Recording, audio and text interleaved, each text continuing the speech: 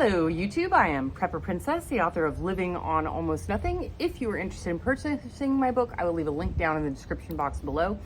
I don't know if all of you can see the writing on the wall, but I do want to talk about AI and how it is eventually, within time, going to take almost all jobs.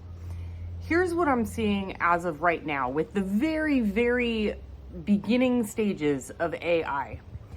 I'm seeing, for starters, a lot of videos on YouTube. TikTok are all made from AI software. There's not even a real person that is making the video, and it can be completely false video, made up, not real content. The pictures and the quality make it look absolutely real. This is disheartening in a lot of ways, but I can see the other side of it, where if you are a YouTube creator, you can create content the way that you want for very cheaply, with very little effort, make money on YouTube, and you get to keep your anonymity. You don't have to worry about the comments because they're not really making comments towards you. AI is also part of the algorithm. It's the bots in the comments. It's a huge part of YouTube, and a lot of creators are quitting. Why would you want to put your face out there if you can do it for cheap, free, and stay anonymous? I don't know if you know this, but a lot of books, just authors, books are now being written by AI. So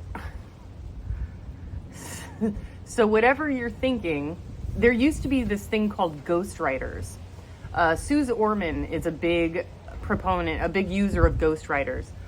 A lot of her books she didn't actually write herself. They were written by other people, and then they tie it to her name with her permission, and then she gets a percentage of the profits of the books. Ghostwriting is a big thing. I've been contacted by ghostwriters asking if they wanted me to write a series of 6 or 7 books, and they would take a certain percentage and use my name to promote it. And I said no. If I'm going to write a book, I'm going to write it. I'm going to write it the way I want, and I'm going to make sure that everybody knows that I wrote every single word. So you've got writers, and that's not just with books. That's with articles online. A lot of, what are they? I think they're not contractors, but you know, people who freelancing writers, kind of like Spider-Man was a freelance photographer. So freelance writers who typically wrote for MSN, Yahoo, all the big Google, they write these articles, are now being written by AI, and those people are just, all that college education for English and writing and philosophy and stuff like that, it's going to do them no good. They're going to have to find a job in another field. We're already seeing in certain large cities driverless cars, not just driverless as in like you're commuting and you're driving a driverless car. Tesla is partially driverless. It will, but I'm talking about things like Uber. Like Uber, calling somebody to get a ride, the car shows up and there's no driver, and it takes you to your destination. This is already being done in some large cities. Eventually, it will come to the point where there's going to be this double speak in politics, and they're going to say, well, the technology is so good that it's safer to drive an autonomous vehicle than it is to drive yourself. So now we're going to outlaw driver cars. You can only drive a driverless car. And then when you get to that point, you're looking at people not owning a car, because what's the point in owning a car that you're not allowed to drive anyway? It has to be a driverless vehicle by law. And when you look at that, look at the DMV. Look at all of those jobs at the DMV where you go in, you take your test, you get your photo taken, they do the background checks, and then the sales of the vehicles are just going to be corporate. Eventually, this is all eventual. This is not like tomorrow. This is going to be eventual stuff. And this is just what I'm seeing in the future, and I'm sure that you guys can probably see the writing on the wall too. So what happens to all those jobs at the DMV? And then I mean, maybe auto mechanics would still have jobs, but then you start thinking about robots. So right now, as you all know, we live in a society now where we order our own food, and we check out our own groceries. When is it going to get to the point where it's all done via robotics, or not even robotics, just they can track what is on your person as you leave the store, and it automatically gets charged to your digital account? They don't even have to, they already know because you have a chip or something, and that's how you, I'm not talking biblical, I'm talking technology. Yeah, we all know about the buy, sell, or eat. But I'm talking about people going into a grocery store. I think that they already did that somewhere. I think it's in San Francisco where there's no checkouts. They just do the barcode via security cameras or something. But it's going to advance and get even more so. So what happens to all the cashiers? What happens when those trucks are now driverless trucks, and the offloading is done via automatic systems, and then all of the stuff is put specifically onto the shelf? Again, they already have this at Amazon distribution warehouses where robots will pick up certain products and they will fulfill orders via a robot. We have a casino here that has a robot waiter. It's eerie to see when you're sitting down to have some pizza and your waiter comes by to pick up your plates and it's a robot. Just saying, that's weird. There's more. It's everywhere. Graphic artists now. Graphic artists are basically like not necessary. Special effects on movies. Here's something interesting that somebody did. You can go ahead and Google this. The movie Gravity with Sandra Bullock and George Clooney. There was a specific scene in that movie that cost, I don't know, $5 million, some huge amount of money to make that scene. It was like $5 million. Nobody, like, he doesn't have a career in graphic design. He's not some big head honcho CEO of some corporation. He's just a regular Joe Schmo.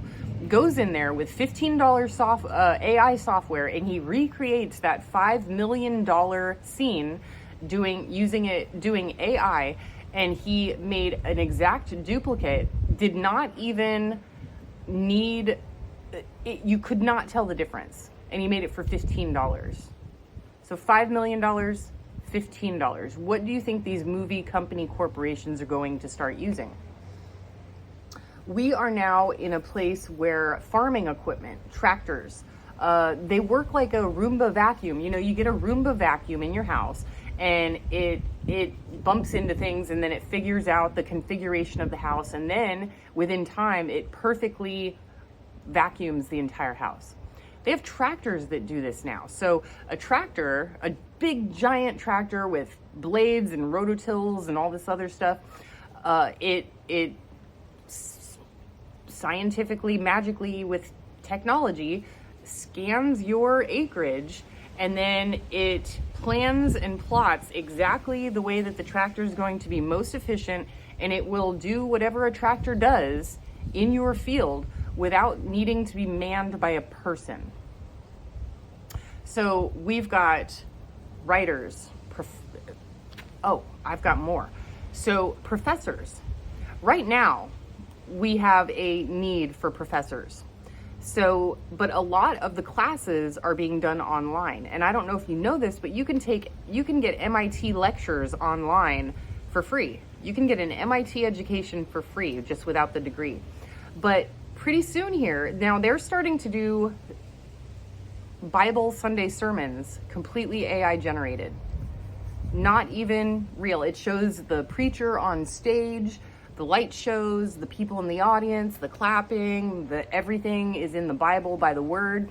They're doing this AI technology doing Sunday sermons. So what happens when that pivots into education? So instead of having a lecturer, a professor up there doing a lecture on the content of the book that they're talking about, it's completely done by AI. You don't have to pay a professor $100,000, $150,000 a year when you can produce it for $15 using AI.